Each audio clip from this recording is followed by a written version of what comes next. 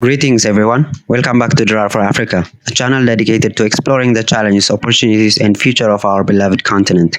Today, we're diving deep into one of the most important conversations of our time. How can Africa break free from centuries of marginalization and build a future where our partnerships are balanced, our economies thrive, and our people prosper? This video brings together powerful voices discussing critical issues that impact Africa and global south at large, issues of exploitation, neocolonialism, and the ongoing battle for true sovereignty. You'll hear about the growing influence of global powers like Russia, China in Africa, the injustices of Western hegemony, and the need for a new world order where no nation is forced into submission.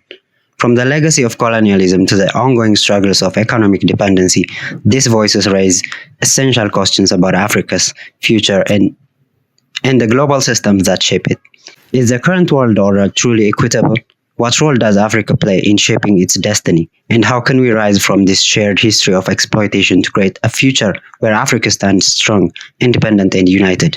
Stay tuned as we unravel these deep and often uncomfortable truths, and don't forget to like, share, and subscribe to Draw for Africa for more discussions that matter to our continent and the world beyond.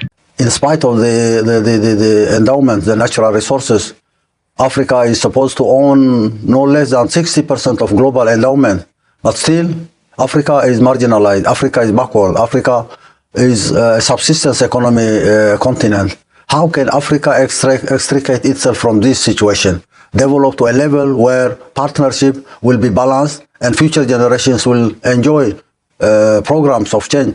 What I mentioned in terms of sectoral and industrial programs is probably focused on a bilateral issue. Without addressing these multilateral, global, and continental issues, it wouldn't make sense to have these bilateral programs succeed.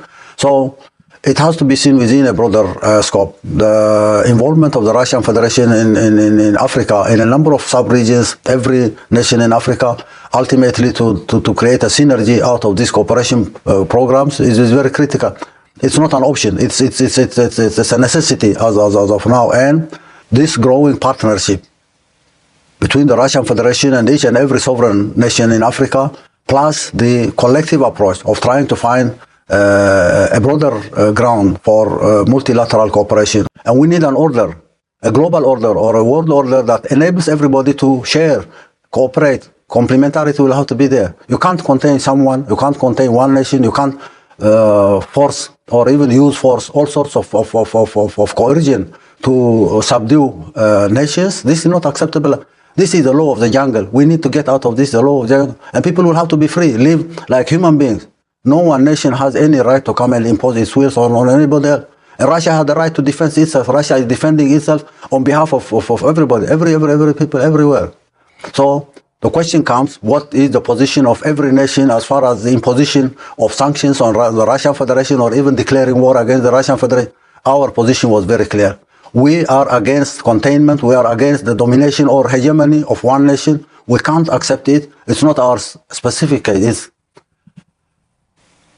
a case for everybody. Every nation, every people will have to make its position clear. And our support for the Russian Federation against these hegemonistic policies was a natural phenomenon or outcome of what will be done. So it's not a matter of abstaining or supporting or not supporting. It's a matter of taking a position on this phenomenon, which has been there for the last 30 years, and the declaration of war through sanctions or even containment is not acceptable. Now the containment policy is going to China. China will have to be contained. Again, everybody who is against this hegemonistic ideology will have to be contained. How can we live in an order, a world order that contains and gives one group, and because of their failures? NATO does not exist anymore. European Union does not exist. They have failed. The last 30 years, they have failed imposing their will. So they cannot, at the expense of the destruction of other economies, other people, survive. I think for us, it was a very natural thing to take our position as far as this declared war is concerned. It's not a matter of taking sides with it or that side. So I think even the media will have to understand this reality. People should not come and tell us there is war between the Russian Federation and Ukraine. This is not a war between Russian Federation and Ukraine. This is a war declared again on Russia for the last 30 years. So what's your position? What's the position of everybody? There are no preferences on this matter. It's a necessity. And you take your position based on your understanding of this phenomenon that we have witnessed the last 30 years. They're in Africa. They're lending money to countries to build ports and different infrastructure. To build what? Port. And what's wrong with that? And well, because countries that need ports get ports. But they're making people dependent on. I mean, I know it's the same thing that we've done, which is no, it's not. All around the world. They are far more humanistic than the United States ever was. Really, I've been very concerned lately about China. They are now all over Africa, buying things and investing over there and getting those countries dependent on them and supporting, non-democratic people. And I'm just like whom? Well, we are in a country that supports Saudi Arabia. Yes, that's true. Right. So suddenly we have a problem with, superpowers supporting non-democratic people. Yes, I do. They're in Africa. They're lending money to countries to build ports and different infrastructure. To build what? Port. And what's wrong with that? And well, because countries that need ports get ports. But they're making people dependent on. I mean, I know it's the same thing that we've done, which is no, it's not. All around the world. They are far more humanistic than the United States ever was. Really? Okay. Absolutely. Great. So let me give you an example. Of course, they are peddling for influence. Yeah. But they are non-interventionist. Absolutely non-interventionist in a way that Europeans, the West, has never managed to fathom.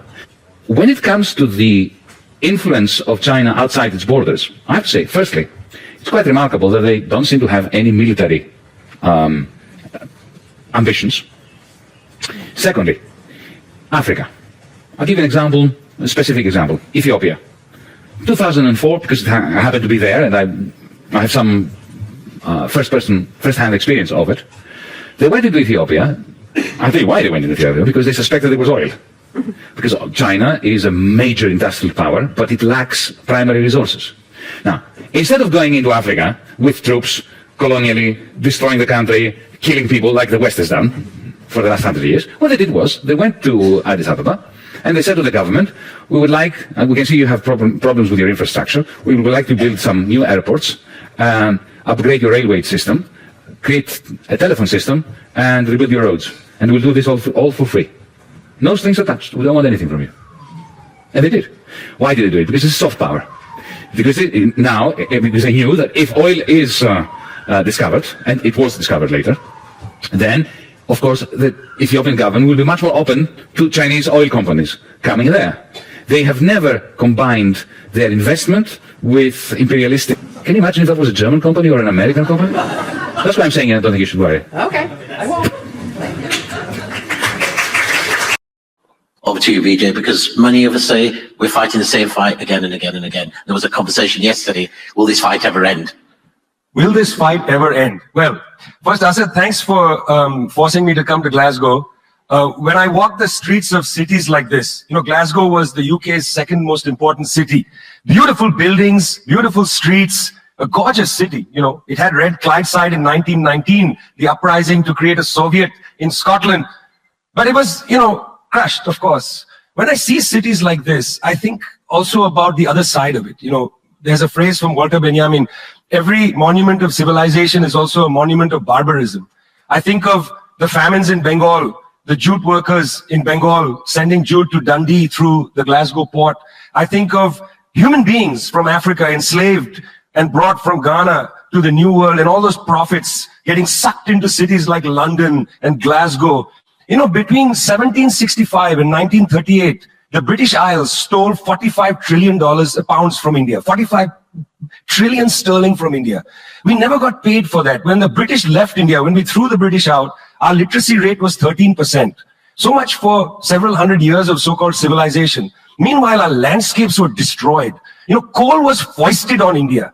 You foisted coal on us. You were the ones that came and made us coal dependent. And then you left. And now you dare to condescend to us. When I listen to Boris Johnson, when I listen to people like Joe Biden, when I listen even more to Emmanuel Macron, all I can think of is how condescending you are. You condescended to us 400 years ago. You condescended to us 300 years ago. You condescended to us 200 years ago. You condescended to us 100 years ago. You're condescending to us today. You only know condescension because for you, colonialism isn't something that happened in the past and we defeated you. It's not that. For you, colonialism is a permanent condition. And that permanent condition happens in two ways. There's the permanent condition of the colonial mentality. You want to lecture us. You want to tell us that we are responsible for all the problems because you'll never accept that you're the one principally to blame. You signed the Rio Formula in 1992 on common and differentiated responsibilities. You like the common part. You like the common part. You like to say we're all in this together and so on. We're not in this together. The United States, 4 or 5% of the world's population, still uses 25% of the world's resources. You outsource production to China, and then you say China is the carbon polluter. China's producing your buckets. China's producing your nuts and bolts. China's producing your phones. Try to produce it in your own countries and see your carbon emissions rise. You love lecturing us because you have a colonial mentality. Then there are colonial structures and institutions. You lend us money, and every time you lend us money, which is our money, every time the International Monetary Fund comes to our societies and they tell us, here's the money we are giving you. No, it's our money. You give us our money back as debt, and then you lecture us about how we should live. It's extraordinary. It's not just a colonial mentality. It's a colonial structures and institutions which reproduce themselves year after year after year. And let me tell you something. The climate justice movement, not clued enough on this. Not clued enough on this. The climate justice movement is a movement that says we're worried about our future. What future? What future? Children in the African continent, in Asia, in Latin America, they don't have a future. They don't have a present. They're not worried about the future. They're worried about their present. Your slogan is, we're worried about the future. What future? That's a middle-class bourgeois Western slogan. You got to be worried about now. 2.7 billion people can't eat now. And you're telling people, reduce your consumption. How does this sound to a child who hasn't eaten in days? You've got to clue into this, guys. You've got to clue into this. Otherwise, this movement will have no legs in the third world. No legs. Later, I'd like to tell you about the International People's Assembly, a network of 200 political organizations that we're setting up, rooted in the global south. We want to tell you what our issues are, but are you willing to listen?